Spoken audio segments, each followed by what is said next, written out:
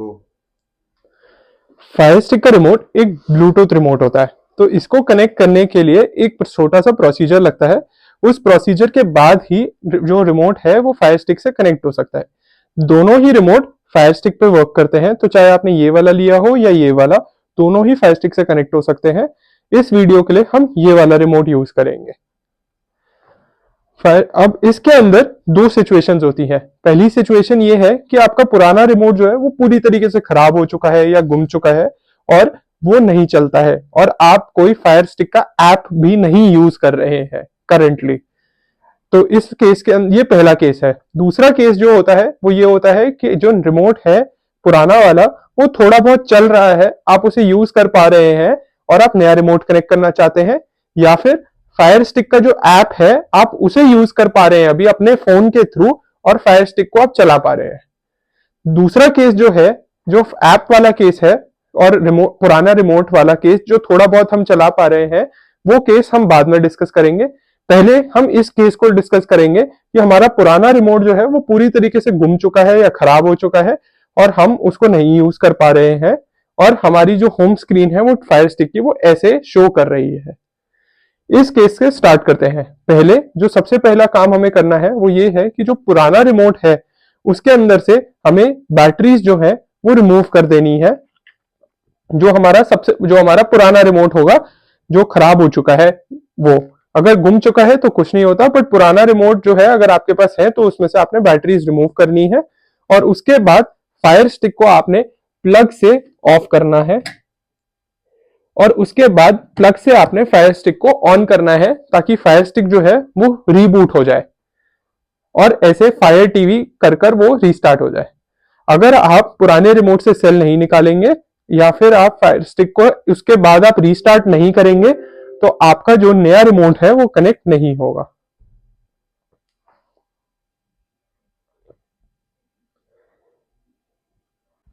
Fire stick को restart करने के बाद और पुराने रिमोट से बैटरीज निकालने के बाद नए रिमोट में अब हम बैटरीज इंसर्ट करेंगे। बैटरीज इंसर्ट करने के बाद आप देखेंगे कि रिमोट जो है वो नहीं चल रहा। इसको चलाने के लिए अब हम होम बटन जो है उसको 20 सेकेंड्स तक हम प्रेस करेंगे, लॉन्ग प्रेस होल्ड करेंगे इस बटन को। जब आप होल्ड करेंगे रिमोट को तो उसके बाद लाइट ब्लिंक करनी यहाँ पर ऊपर स्टार्ट कर देगी।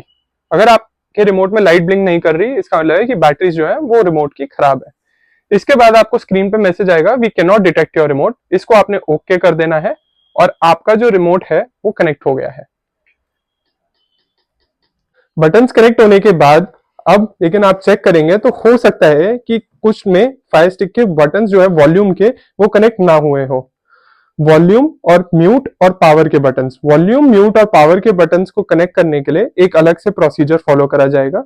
अगर उसके लिए यहाँ पे ध्यान से देखिए, पहले आप सेटिंग्स में जाएंगे।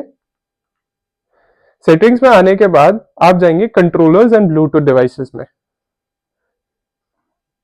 इसमें आप जाएंगे Amazon फायर टीवी रिमोट्स में।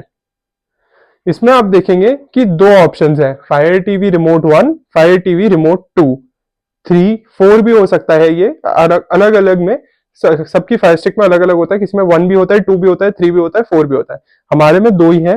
तो इसमें से एक में आप देखेंगे लिखा होगा बैटरी ऑफलाइन और एक में लिखा है बैटरी ओके। तो जो भी रिमोट्स ऑफलाइन वाले हैं जिनके अंदर बैटरी नहीं है, समझ लीजिए आप में 4 रिमोट है या 3 है, तो आप वो 2 को रिमूव कर देंगे जो उनके अंदर बैटरी ऑफलाइन है। हमारे में सिर्फ एक ही है जिसमें बैटरी ऑफलाइन है, तो हम एक ही को रिमूव करेंगे। रिमूव करने के लिए इसमें लिखा है प्रेस द 3 लाइन बटन, ये वाला बटन, टू अनपेयर। तो ये हम बटन पहले दबाएंगे और उसके बाद लिखा है प्रेस सिलेक्ट टू कंफर्म अनपेयरिंग, तो हम सेंटर वाला बटन दबाएंगे। इसको दबाने के बाद हमारा जो वो ऑफलाइन वाला रिमोट है वो हट गया है, और उसके बाद आपकी स्क्रीन ऐसी दिखनी चाहिए, Amazon फायर टीवी रिमोट।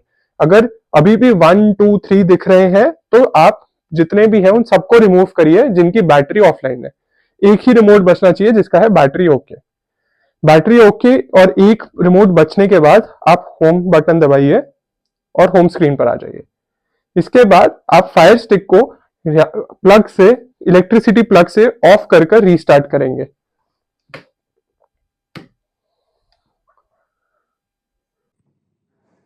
इसके बाद हम फायर स्टिक को रीस्टार्ट होने का उसका वेट करेंगे।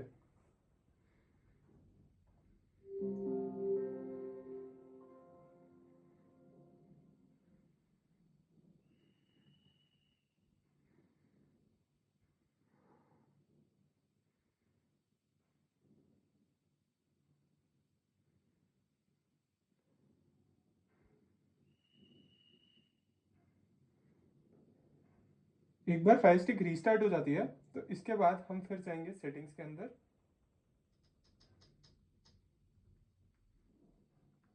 सेटिंग्स में अब हम जाएंगे इक्विपमेंट कंट्रोल के अंदर।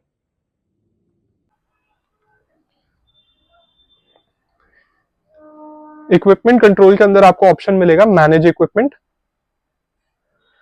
उसके अंदर ऑप्शन होगा टीवी। टीवी में हमें जाना है चेंज टीवी में। जब आप चेंज टीवी पे क्लिक करेंगे तो उसमें आपसे पूछेगा guided setup will take 5 to 10 minutes, तो आपको करना है चेंज टीवी।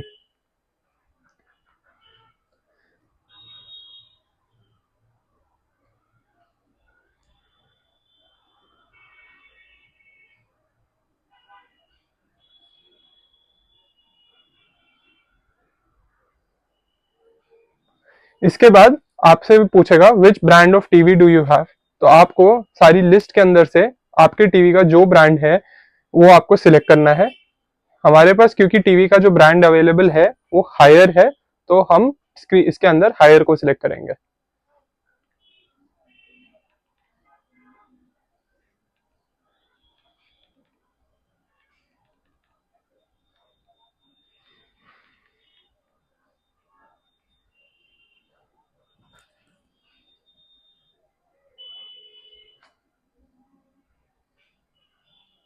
इसके बाद आपसे पूछेगा, बोलेगा press the power button and wait for 10 seconds and then press the power button again to check if the TV gets on or off।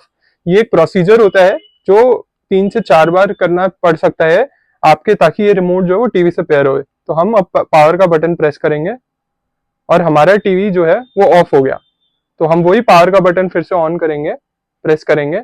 और पूछा उसने did your fire TV turn off when you press the power button. क्योंकि हमारा TV off हो गया तो इस वजह से हम यस करेंगे। बट काफी सारे मॉडल्स के अंदर फर्स्ट क्लिक के अंदर यस नहीं होता, टीवी पावर ऑफ नहीं होता, तो 2 से 3 से 4 बार आपको वो प्रोसीजर करना पड़ता है। अगर आपका पावर बटन से ऑफ नहीं हुआ हो तो आप इसको नो कर दीजिएगा। आप नो करेंगे फिर उसके बाद यही सेम आपको फिर से करना पड़ेगा। अगर क्योंकि आपका टीवी ऑफ हो गया हो तो आपको इसको यस करना होगा। इसके 3 से 4 बार करने के बाद अगर कनेक्ट हो जाता है, अगर ऑफ हो जाता है तो उसके बाद फिर आप यस कर दीजिएगा। उसके बाद आएगा नेक्स्ट स्क्रीन पे आएंगे जिसमें आएगा we will be playing music during the next step, please sure the volume is turned up and then continue. इसको अब हम नेक्स्ट करेंगे। इसके बाद अब म्यूजिक प्ले होगा। हम वॉल्यूम बटन प्रेस कर कर देखेंगे कि हमारे बटन चल रहे हैं कि नहीं। अगर आपके बटन चल रहे हैं तो आप यस कर दीजिएगा, और अगर आपके बटन्स नहीं चल रहे हैं तो आप नो कर दीजिएगा। क्योंकि हमारे केस में हम अभी वॉल्यूम के बटन्स को अब कंट्रोल कर पा रहे हैं, तो इस वजह से अब हम यस कर देंगे। अगर नहीं हो रहा है, नो है, तो आप नो करेंगे तो वो 2 से 3 बार फिर से वही सेम प्रोसेस फॉलो करेगा, और उसके बाद फाइनली आपके में वॉल्यूम बटन्स वर्क करेंगे तो आप यस करेंगे। एक बार आप यस कर देंगे फिर उसके बाद आपसे which input of your TV is it currently set to, and press the arrow key if you don't want to change your input for the TV. हमें क्योंकि टीवी का इनपुट नहीं चेंज करना है तो हम सीधा यही वाला बटन जो है 2 एरोज जिस पे बने हुए हम इसको क्लिक कर देंगे। Your fire TV remote has been updated. इसके साथ हमारा फायर टीवी रिमोट जो है वो कनेक्ट हो गया है। अब हमारे वॉल्यूम के बटन्स चल सकते हैं। और अब हम सेकंड केस डिस्कस करेंगे। इस केस के अंदर ये है कि हमारा जो पुराना रिमोट है वो थोड़ा बहुत चल रहा है, या फिर आप अभी फायर स्टिक का जो ऐप है आप उसको यूज कर रहे हो रिमोट आने से पहले। तो इस केस के अंदर हम रिमोट को नए रिमोट को कनेक्ट करने के लिए हम ऐप या फिर जो आपका पुराना रिमोट है उसको यूज कर कर सेटिंग्स में जाएंगे। सेटिंग्स में हम जाएंगे कंट्रोलर्स एंड ब्लूटूथ डिवाइस में, या रिमोट्स एंड ब्लूटूथ डिवाइस जो भी आपके पास है ऑप्शन। इसमें आप होगा आप option Amazon Fire TV remotes. इसमें जाने से पहले हम जो हमारा नया रिमोट है उसके उसके अंदर हम बैटरीज इंसर्ट कर लेंगे।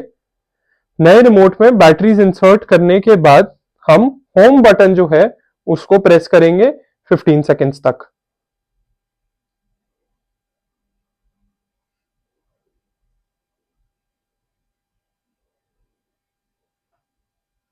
इसमें लाइट ब्लिंक होनी शुरू हो जाएगी। अब हम इस रिमोट को छोड़ देंगे और हमारा जो ऐप है या फिर जो पुराना रिमोट है उससे हम Amazon Fire TV रिमोट्स को ओपन करेंगे। इसको ओपन करने के बाद हमें नीचे ऑप्शन दिखेगा ऐड न्यू रिमोट। हम इसके अंदर जाएंगे।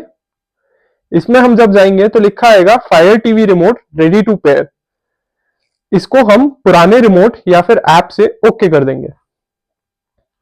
जब आप इसे ओके कर देंगे तो आप देखेंगे कि जो आपका नया रिमोट है वो चलना शुरू कर चुका है एंड वो वर्किंग है। इसके बाद आप ये देखेंगे कि हो सकता है कि वॉल्यूम के बटन्स जो है वो पेयर ना हुए हो। अगर वॉल्यूम के बटन्स पेयर नहीं हुए हैं आपके नए रिमोट के अंदर अभी, तो वीडियो के अंदर मैंने बीच में वॉल्यूम बटन्स का एक्सप्लेन करा है कि कैसे पेयर करना है। उसका मैंने डिस्क्रिप्शन के अंदर टाइम दे रखा है। आप उस टाइम से एक बार वीडियो को स्टार्ट कर चेक सकते हैं कि वॉल्यूम के बटन्स को कैसे कनेक्ट करना है। Thank you.